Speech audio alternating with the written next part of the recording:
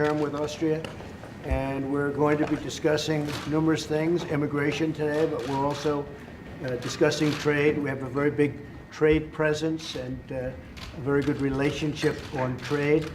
Do a lot of business with each other. And Chancellor, it's very nice to have you. Thank you very much. Thank you. Please. Thank you, Mr. President, for receiving us here in the US and the White House. It's a pleasure for my delegation and for me to be here. Austria, as you probably know, is compared to the US a very small country, but we are a beautiful country. It's true. We are an economically quite strong country. You would probably say a great country. We are in the heart of the European Union, an active member state of the European Union. As a small country, we need international cooperation, and therefore I hope that we can discuss now our bilateral relations, but also the relations between the European Union and the United States of America. Of course, trade and how we can gain economic growth for the US, but also for Europe, and probably international issues like Middle East, Korea, Right. and probably also Russia. Thank you for receiving us. Thank you very much. Thank you. Appreciate it. Thank you.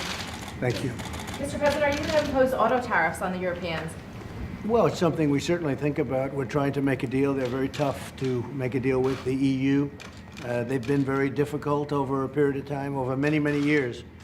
And so it's something we think about, and we're negotiating with them. If we don't make the deal, we'll do the The tariffs. new report hasn't changed your mind about it at all? There's a new report from the Commerce Department? The new report is not that kind of a report. It's just really a study that's underway. We've studied it very carefully. We've seen the results. But the bottom line result is whether or not we can make a deal with the EU that's fair. We lose about $151 billion trading with the EU. That's a lot of money. And this has been going on for many years. They wouldn't meet with the Obama administration. And they're meeting with us. So we'll see what happens. We'll see what happens. Mr. President, should the Mueller report be released while you're abroad next week? That'll be totally up to the new Attorney General. He's a tremendous man, a tremendous person who really respects this country and respects the Justice Department. So that'll be totally up to him. The new Attorney General. Yes. What do you expect from Austria? Now, I guess from what I understand, that will be totally up to the Attorney General. Okay.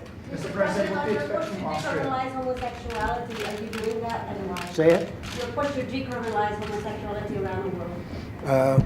I don't know which report you're talking about. We have many reports. Anybody else? Mr. President, what do you expect from Austria? What do you expect from the Austrian Chancellor to do in European policy? Well, we're just going to have a great meeting. We have a great relationship, and our countries have a great relationship. And he's a very young leader, I have to tell you. You are a young guy. That's pretty good. But the problem with the age is getting better from day to day. That's so. right. Someday you won't be saying it. But we have a very good relationship, and we have a great trade relationship, and that's pretty much what we're going to be talking about today. Are you considering replacing Dan Kurz as your Director of National Intelligence? I haven't even thought about it. Mr. President, you spoke to the Prime Minister of Japan today. I did. How hard is it going to be to get North Korea to completely verifiably denuclearize? Well, I spoke with this morning with Prime Minister Abe. Had a long conversation with him. We talked about the trip next week to Vietnam, which would be, I think, very successful. I think the first trip to Singapore was extremely successful.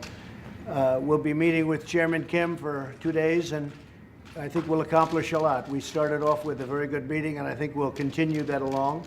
I don't think this will be the last meeting by any chance, but I do think that the relationship is very strong. When we started, as you know, there were a lot of problems. There was the missiles going all over. There were hostages that were being held. There were remains that we wanted to get back. There were many, many things. Now there's no nuclear testing, no missiles going up, and we have a good relationship, very good relationship, I'd say. So I spoke with Prime Minister Abe of Japan about that, and we compared notes, and I think we are very much on the same wavelength. It was a good meeting, good conversation. They seem very reluctant, the North Koreans, to denuclearize. You think you'll be able to make it? No, I don't think they're reluctant. I think they want to do something, but you've been talking about this for 80 years. They've been talking about this for many, many years, and no administration has done anything. They've gotten taken to the cleaners, and I think we have a really meaningful relationship. We'll see what happens. The sanctions are on in full, As you know, I haven't taken sanctions off. I'd love to be able to, but in order to do that, we have to do something that's meaningful on the other side. But Chairman Kim and I have a very good relationship. I wouldn't be surprised to see something work out.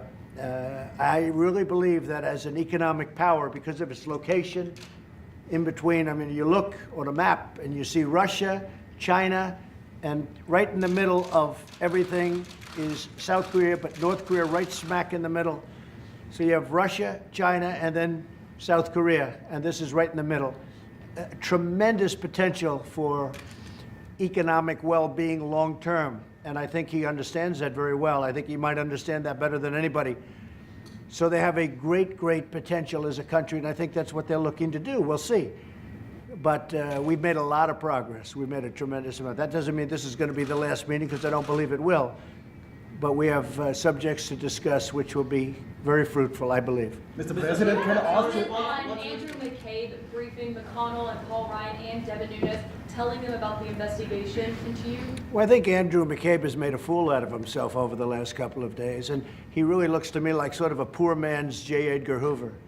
He's I think he's a disaster.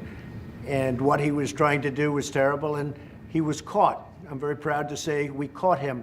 So we'll see what happens, but he is a disgraced man. He was terminated, not by me, he was terminated by others.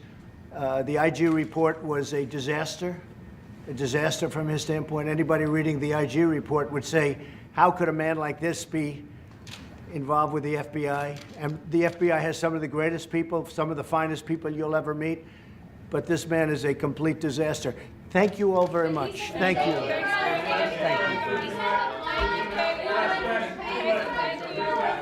I will be in a... Thank you. Thank you very much. Thank you.